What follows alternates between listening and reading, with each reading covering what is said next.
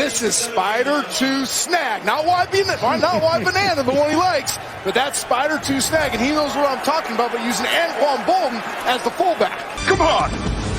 Football! Alex Boone, my man. Let's go bring your face in here. This is another O-line committee film breakdown here. We've got 10 plus years and a Super Bowl's worth of NFL trenches experience in the Rhino, Alex Boone. And we're going to take a look at the Baltimore Ravens finally figuring out, you know what? Let's just run the ball for 3 hours and make life miserable on that Dallas Cowboys defense here to get the first win of the season, sir. I mean, you want to talk about where's the beef? The beef is right there. Look at that right guard. And you, of all people, should be familiar with this guy. Daniel Falele. 400, almost 400 pounds. University of Minnesota. Be careful when you're talking about the Gophers, because I might have the Rouser nearby. I just threw up a little bit in my mouth. After that Iowa game, dude, I have no remorse for you. I'm sorry. I've become a Nebraska fan now. Who am I kidding? Dude. And then they let me down. It's ridiculous. I mean, what a weekend for you then, right? Because you gave up more points to Iowa than they've scored in the last 3 years combined. I was like, terrible. Jesus, dude, what is going on? But dude, when you talk about these guys, starting 0-2, right? Like just you play KC week 1 and then you come back with the Raiders and you give up a 10-point lead and you start 0-2, come back. What do we do when we are down and everything is out? We go back to the basics. We go back to like, okay, you know what? We're not looking very sexy or pretty right now. Let's just fucking punch them in the mouth. Let's just punch them in the mouth and see if they want to do it. Because when you look across there, what do you see right now? I see 2 pass rushers and 2 undersized linebackers. You know what? I dare you to stop this fucking run.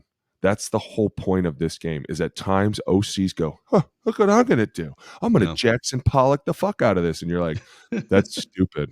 Why don't we just, stick my foot in their fucking face? Like, let's play that game for a little bit and see if they really want to play. And that's what they did here. And honestly, Dallas, they have their issues. They're going through it right now, and they're going to figure it out quickly.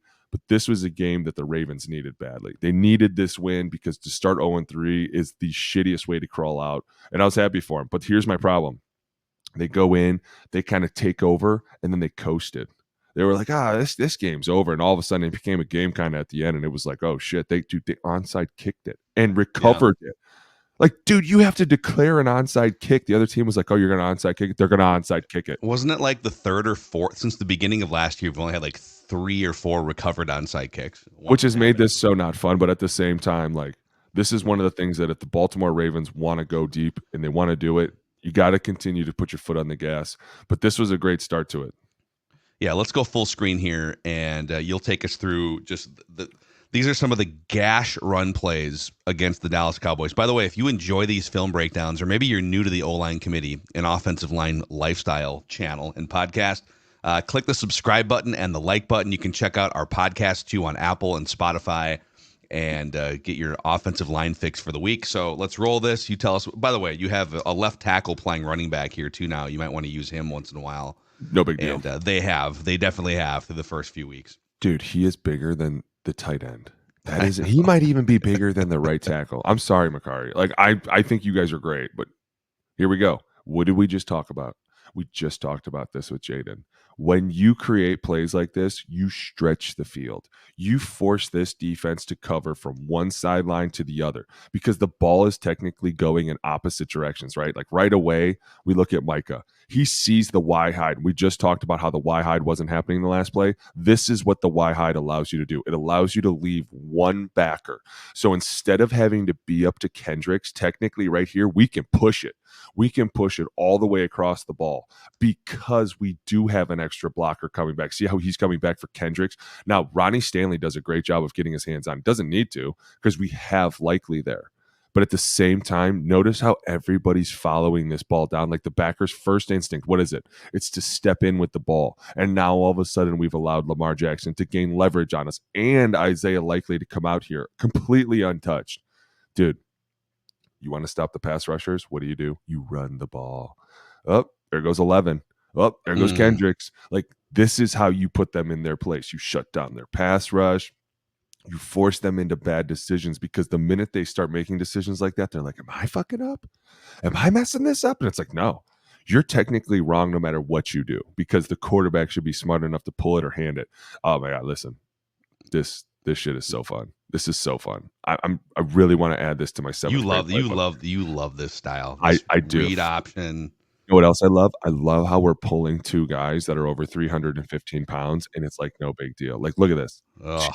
It's going backside, and we're not even blocking the defensive end. Once again, $100 million guy over here on the left. And you know what we're doing? We're not even going to fucking touch him. Why? Because we're going to force him to make a bad decision, so that the rest of the game he's thinking, is this a bad decision?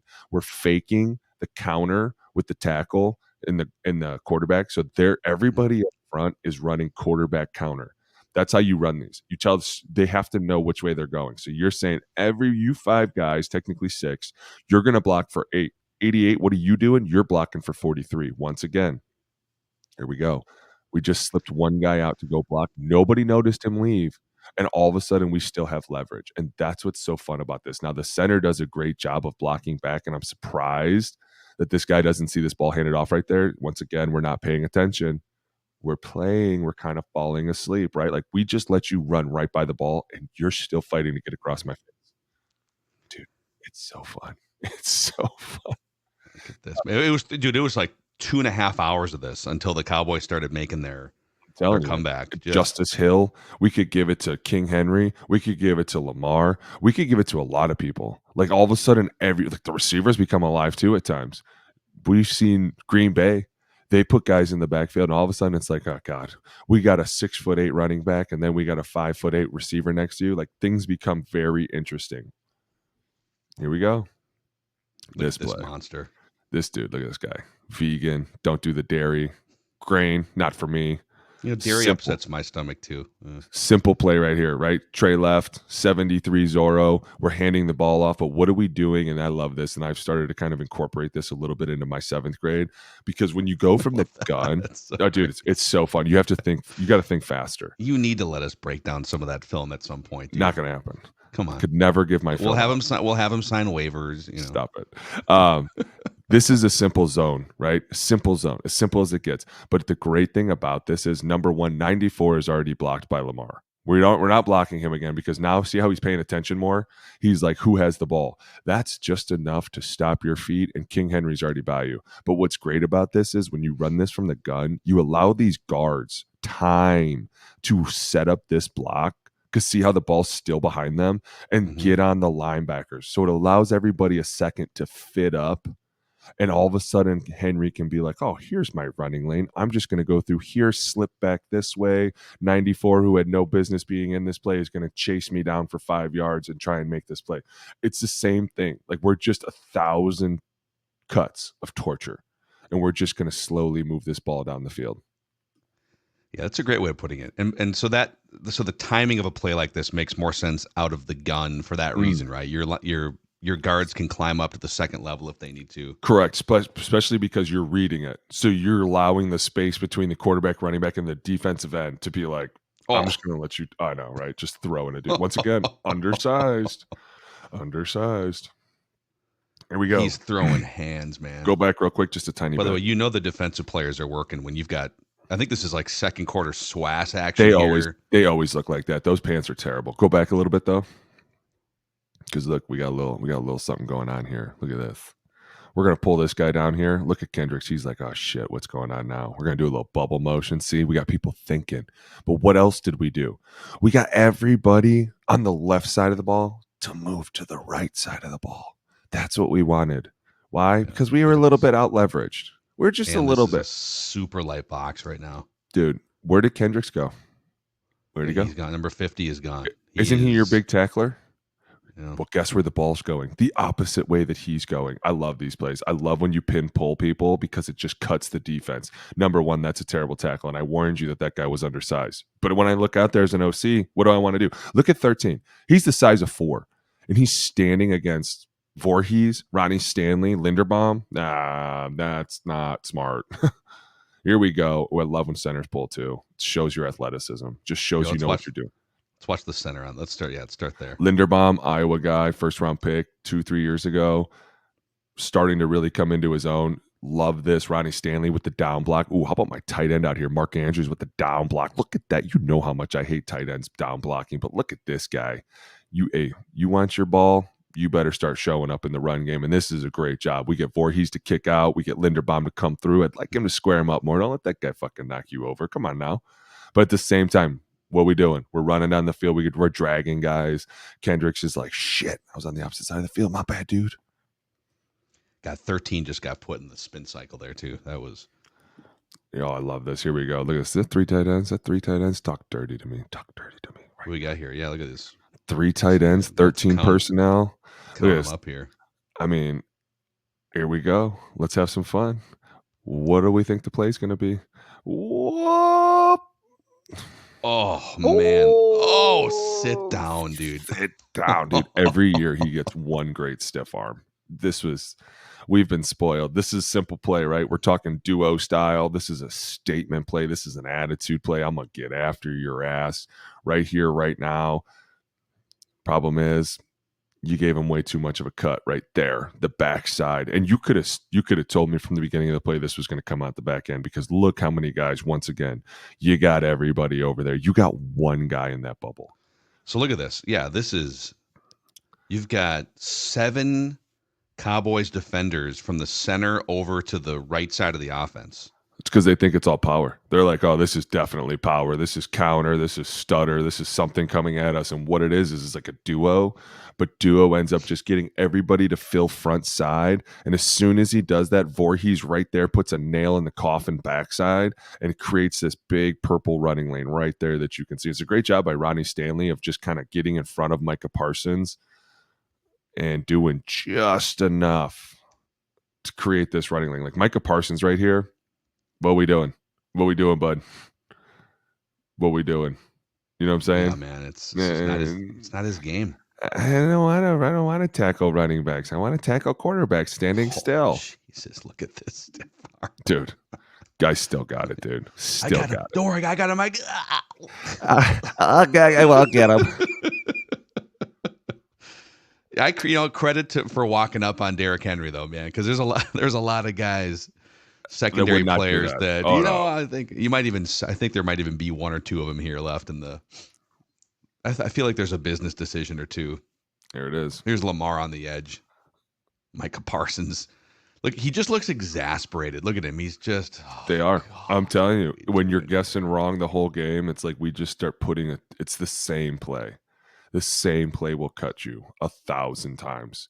We're coming down. We have Likely coming out the back end. Kendricks, you did it again. You did it.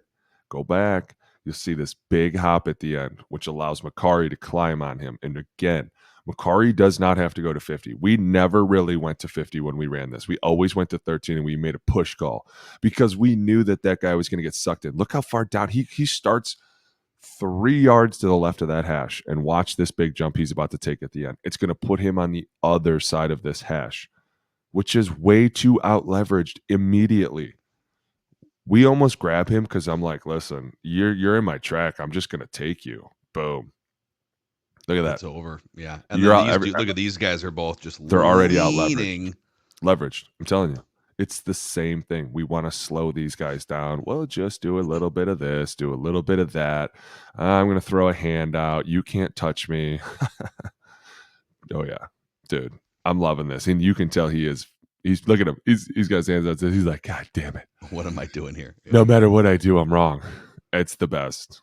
Let's get you one more here. Here we go. This simple play. Simple. Listen, tackling is what you guys are supposed to be good at. But it looks like you're not good at it here. This is a great job of seeing this hole and cutting back. This is your typical zone. We do it out of a dot set, 2 tight, 1 on each side. This is 97 zone all the live long day. We're going to triple up here to 35. We're going to put the fullback on 28. Oh, looks like they switch responsibilities. We're A and backside. We got a tackle coming through, and right there, Makari's block right there on 13 is the one that springs this. You can tell him, he's like, we're going to see up to this, bud.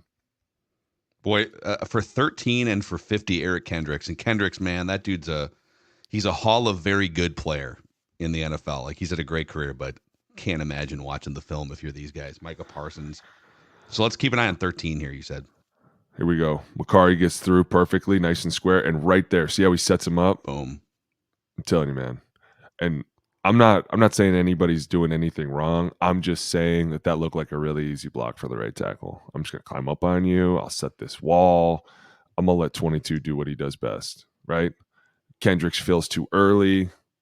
Look at that. Everyone's blocked. You got half the guys on the ground. The other half are taking poor angles. 6 is like, I want no part of this. And then 21, let's see. So I think is it 12 yards of him trying to punch the ball out unsuccessfully here? Let's see. Yeah, 12 yards once. 1, 2, grab. Ugh. Naga. Carried him for 12 yards. Naga. Not gonna work. I lied. Here. Let's do one more here. This is I love watching this. To me, maybe it's just watching film with you guys. I could watch a team gashing another team in the run game and be just as excited about watching football as like an aerial attack for 300 yards passing. Absolutely. You have to appreciate the violence in this game, or else the pretty stuff isn't worth it. Here we go. Here we go. Dude, put it on the edge and see what happens. And a lot of people don't know this, but we love edge plays because it forces the 2 big guys in the middle to run. And they get tired quickly, right? At the same time, we're cracking down on Micah Parsons, who has no idea that we're doing this. So now we've cut the edge. We've allowed this separation between the end, and we're going to basically be like, this is where the wall starts, and everyone has to get around it or get to their players before that wall hits. It's a great job of Macari getting through right there and cutting. See how he cuts 35? It's so hard to do. Play side cuts are so hard to do, but it's a great job of getting just enough of him to kind of cut the defense again. So you split it at Micah, and then you tell this tackle, hey, you get through and create a wall on 35, and this ball is out the gate. Whoop. What's the rule on cutting in the NFL? You can cut. Can you cut? I mean, how far out can you cut? You can't cut outside the tackle box. Nobody can cut anymore. They can't cut you, and you can't cut them. Because, dude, there used to be a time when you pulled the edge and those corners would take your knees from you. God, it was terrible. Terrible. Yeah. I know. Dude, that was just, and there's more. I mean, we're putting together a bunch of these for the channel this week. So we could have sat here for an hour and a half and broke down. It was just 3/4 of domination. Death by paper cuts, death by 1,000 gashes, I think is how you said it. Absolutely. And next week, defensively, what do you think Dallas is going to get tested with? Can you stop the run? And at the same time, should be, yeah, right? Like, you're going to be trying to stop the run, and they're going to be like, how do we get everybody behind these guys while they're trying to stop the run? Like, it's just a big chess match, and it's going to be interesting to see what Dallas does because they're going to rely a lot on Dak going forward, and they paid him. They paid him a lot. So it's like, dude, we better get some dubs out of this. They might want to find some bigger defensive players to put out there on the field too. I don't know. Yeah, that's just my observation. Dallas, maybe a little more sand in the trousers. Defensive players. Huh? Need some rocks in the breezers, boys. So he's the Rhino, Alex Boone. If you enjoyed this film breakdown, click that subscribe button, the like button. Maybe you're a Ravens fan discovering this. Well, we're probably going to break you down again at some point later this year. I'm Phil Mackey, and this is the O-Line Committee.